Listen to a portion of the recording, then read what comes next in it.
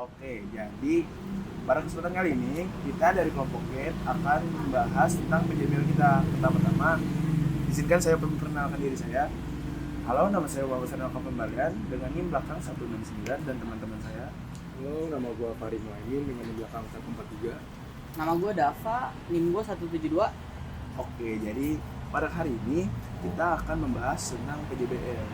PJBL yang kita lakukan. Tetapi sebelum kita mulai ke topik yang apa kita kerjain di PJBL kita, gue mau nanya nih, kita PJBL itu apa sih? Kayak ngapain kita itu PJBL itu apa gitu? PJ. Mungkin dari gue dulu kali ya? Iya. Boleh. Kalau dari gue kan PJBL itu project based learning ya, dimana kita tuh belajar tuh dari project-project yang mana itu project itu kita lakuin di lapangan ya. Tapi selain itu kita juga ngerjainnya sambil nyantai. Itu menurut gue. Kalau menurut lu? Menurut gue sama. Jadi project based learning itu kita di apa ya? Saya turun, Dididik, Mak. dididik cara belajarnya lewat buat project. Jadi kita belajar sambil nyari pengalaman juga sebelum masuk dunia kerja juga kan. Iya. Nah, mungkin kita masuk ke topik kita ya. Oke, jadi di dalam kelompok kita mengambil topik yang bernama, kita singkatkan oleh jadi GET, Green Economic Transition. Apa itu Green Economic Transition? Oh, ini kita jelasin ya. Oke, jadi Green Economic Transition itu adalah dimana kita ingin mengurangi polusi tanpa mengurangi adanya perkembangan ekonomi. Jadi kita mau cari cara gimana kita tetap mengurangi polusi tapi ekonomi tidak turun, tapi tetap berkembang gitu. Nah, jadi kita di sini untuk PJBL kita akan Melakukan persiapan lah ya. melakukan persiapan. Persiapannya apa aja tuh? Boleh dari lu dulu kayaknya. Kalau dari gue, kemarin tuh kita tuh ke bengkel Jeep ya. Karena topik yang kita ambil tuh salah satunya tuh tentang kebengkelan lah. Iya. Nanti gue jelasin lagi, dijelasin juga sama teman gue. Nah di persiapan itu kita itu jujur aja ke rumah temen gue kan, si Sarul, rumah temen kita lah Sarul. Nah di Sarul itu kita tuh sambil nyari topiknya, baca-baca artikel juga. Karena bagaimanapun ya kita tuh belajar kan, kita harus tahu dulu mengenai pembahasan kita. Betul, Itu tentang apa. Jadi di situ kita tetap belajar lah, tapi kita sambil fun kok. Iya.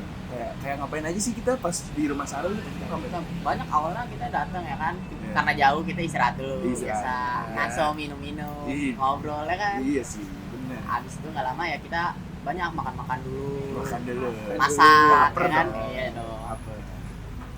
Terus ya udah kalau udah selesai istirahat segala macam, udah kita mulai bagi tugas. Iya. Ada yang bagian ngerjain poster, ada yang ngerjain Podcast kayak podcast. kita. Nah, ini kita lagi ngerjain podcast. Ada juga yang bikin artikel. Oh iya. Ya, yang bikin artikelnya gitu.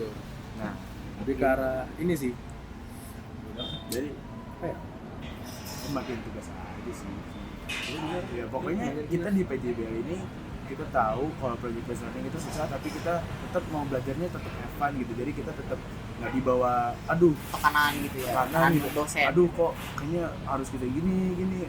Enggak, kita mau ngerjain project ini dengan have fun gitu. Terus Lanjut. Oke, jadi tadi kan udah dikasih dikit-dikit ya, spoiler dikit Bengkel tentang lah. kita mau bengkel. Mungkin kita bisa jelasin dulu nih, bengkel secara umum. Kenapa kita milih bengkel untuk GET? Apa? Gue aja yang jelasin ya biar simple nih. Kan salah satu penyebab polusi itu kendaraan kan. Salah satu penyebab polusi itu kendaraan. Nah, kenapa kita memilih kendaraan? Emang ada apa sih dengan kendaraan? Nah, kendaraan tersebut itu ada yang namanya uji emisi. Nah, salah satu orang-orang yang bandel itu orang-orang yang mencoba ngubah mesinnya yang dari standar menjadi nggak standar, entah buat balapan, buat lagi ngetren parah tuh ya gitu ya. ya pokoknya dari pengubahan mesin-mesin tersebut kan berarti juga mengubah standar dari emisi tersebut kan, yang mana itu juga membahayakan. Nah dari pihak bengkelnya juga dia berkata ya mau gimana lagi, itu kan juga mata pencarian dia, ya mau nggak mau ya dia lakuin juga kan. Walaupun sebenarnya dari hasil survei kita pada orang-orang bengkel tersebut mereka juga nggak setuju, karena bagaimanapun mesin itu juga harus ada uji emisinya.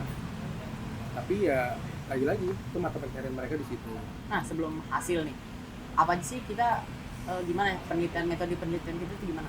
Nah, Kita ngelakuin apa aja? mungkin gue yang jelasin ya. Nah, boleh. Oke, jadi metode penelitian kita buat kayak nanya gimana sih cara iniannya menurut orang-orang yang ada di bengkel.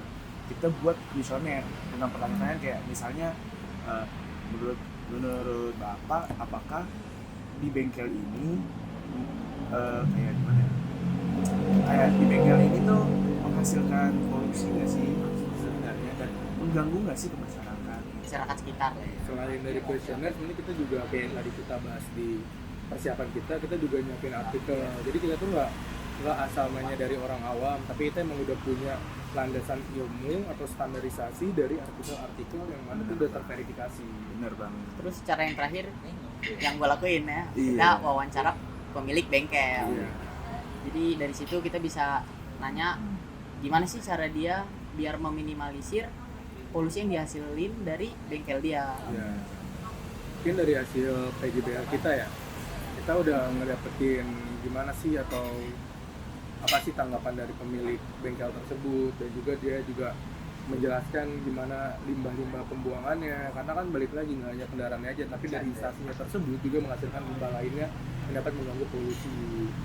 Iya benar banget. Nah mungkin gue tambahin juga nggak cuma pemiliknya ya, mungkin pegawai-pegawainya juga dengan kuesioner yang kita kasih tuh sangat setuju bahwa di mana kita bengkel tersebut tuh harus tetap menguji emisinya dan tetapi ya kan mereka tidak bisa kontrol di mana orang yang suka emang kayak tadi modif-modif nggak apa mesinnya nggak standar ditambah-tambahin gitu. Karena kan Jadi- itu juga pekerjaan mereka juga kan. Iya, jadi kan kayak ya mau nggak mau kan, soalnya kalau ditolak kan ya berarti di situ ekonominya jadi nggak berkembang gitu.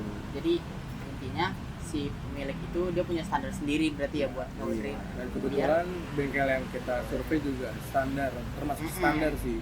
Bengkel Jeep Iya. ya. Bengkel Jeep itu. Dia bilang cara dia biar meminimalisir itu buat semua customer bengkelnya dibuat standar uji emisi dari Bengkel tersebut. nah ya. Dia juga menyiapin standarisasi tersebut. Kemarin itu juga sesuai dengan artikel-artikel atau yang ilmu sudah terverifikasi tersebut yang kita dapat. Nah, mungkin sekian aja dari kita, dari gua, Fahri. Gua Reno. Gua Dava. Nah, kami mohon undur diri. Terima kasih semuanya sudah menonton. Dan juga salam bela negara. Hei, salam.